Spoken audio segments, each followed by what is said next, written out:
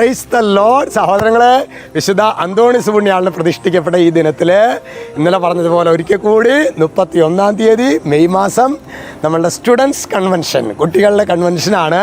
7ാം class തുടങ്ങി ഒരു 12 വരെയുള്ള മക്കളെയൊക്കെ സ്നേഹത്തോടെ മാതാപിതാക്കൾ പറഞ്ഞയക്കണം. ഇച്ചിരി ബുദ്ധിമുട്ടുണ്ടല്ലോ, അവരെ കൊണ്ടുവരണ്ടേ, അതൊന്നും ചിന്തിച്ചേക്കരുത്. ഇച്ചിരി ത്യാഗമൊക്കെ എടുത്ത് കൊണ്ടുവരിക. നമ്മുടെ കുട്ടികൾക്ക് ഒരു പുതിയ അക്കാഡമിക് ഇയർ ആരംഭിക്കുമ്പോൾ ശരി ഈശോയെ നല്ല കുമ്പസാരമൊക്കെ കഴിഞ്ഞ് പരിശുദ്ധാത്മാഭിഷേകം പ്രാപിക്കുമ്പോൾ തന്നെ നമ്മുടെ പിള്ളേർ പകുതി അവറ്റങ്ങളുടെ ബുദ്ധി തെളിയും. ഹല്ലേലൂയ. അപ്പോൾ നമ്മൾ ശക്തമായിട്ട് ടി ജോർജിനോടൊക്കെ പറഞ്ഞുള്ള കാര്യം ഞാൻ നിങ്ങളോട് ഇന്നലെ സൂചിപ്പിച്ചുവല്ലോ. അപ്പോൾ നിങ്ങൾ ശ്രദ്ധിക്കണം കേട്ടോ. പിന്നെ മറ്റന്നാൾ നമ്മുടെ തകർന്നടിഞ്ഞ 4ാമത്തെ ആഴ്ചയാണ്. സാമ്പത്തികമായിട്ട് കടബാധ്യതയിൽ പെട്ടൊക്കെ കഴിയുന്ന, ബിസിനസ് തകർന്ന കുടുംബങ്ങൾക്ക് വേണ്ടിയിട്ടുള്ള 4ാമത്തെ ആഴ്ചയാണ്. പ്രാർത്ഥിച്ച് ഒരുങ്ങി വരണം. നമ്മൾ വലിയ വേദനയിൽ കഴിയുന്നവരോട് ഈ സന്ദേശം നിങ്ങൾ മെസ്സേജ് കൊടുക്കണം കേട്ടോ. അതൊക്കെ വലിയൊരു സുവിശേഷ വേലയാണ്. സ്വർഗ്ഗത്തിൽ വലിയൊരു മഹത്വം ഉണ്ടാവും, വലിയൊരു റിവാർഡ് നമുക്ക് അതിനെ പ്രതി കിട്ടും. ഹല്ലേലൂയ. ഇന്ന് നമ്മൾ ധ്യാനിക്കുന്നത് ജ്ഞാനത്തിൻ്റെ പുസ്തകം 5:1.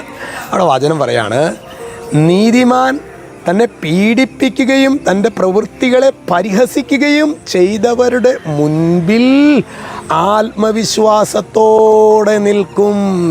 വേറെ ആരെയും നോക്കണ്ട, യേശുവിനെ നോക്കിയാൽ മതി.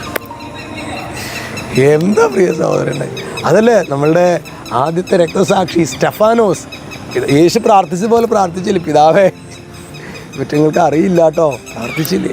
പ്രിയ സഹോദരങ്ങൾ, അതാണ് നീതിമാൻ. നമ്മളെ ശരിക്കും അയ്യോ അവനെന്നെ ഇത് ചെയ്തല്ലോ, എന്നാലും ഇവനിങ്ങനെ ചെയ്തല്ലോ, എന്നാലും എൻ്റെ മക്കളിങ്ങനെ ചെയ്തല്ലോ. അതിൻ്റെ അർത്ഥം പ്രിയ സഹോദരങ്ങളെ, നമുക്ക് ഈ യേശുവുമായിട്ടുള്ള ബന്ധത്തിൽ എന്തെങ്കിലുമൊക്കെ വീഴ്ചകൾ വന്നു വരാൻ സാധ്യതയുണ്ട്. അതുകൊണ്ടാണ് നമ്മളിങ്ങനെ വിലപിച്ചുകൊണ്ടിരിക്കുന്നത്.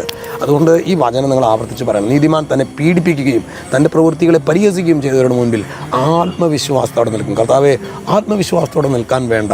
എന്നെ എതിർക്കുന്നവരെ, എന്നെ കുറ്റപ്പെടുത്തുന്നവരുടെ, എന്നെ ഒറ്റപ്പെടുന്നവരുടെ മുൻപിലൊക്കെ ആത്മവിശ്വാസത്തോടെ, അത് ശത്രുതാ മനോഭാവത്തിലല്ല, ദൈവമാണ് എനിക്ക് അവരെയൊക്കെ അനുവദിച്ചത്. എന്നെ കുറ്റം പറയാൻ, എന്നെ ഒറ്റപ്പെടുത്താൻ എൻ്റെ ദൈവമാണ് അവരെ അനുവദിച്ചിട്ടുള്ളത്. ഈ ഒരു അഭിഷേകം പ്രിയ സഹോദരങ്ങളെ നിങ്ങളെ കത്തിപ്പടരട്ടെ. കർത്താവ് ഒരു തീയായി മാറട്ടെ. യേശുക്രിസ്തുവിൻ്റെ നാമത്തിൽ ഞങ്ങൾ പ്രാർത്ഥിക്കുന്നു, ഇപ്പോഴും എന്നേക്കും. ആമേൻ.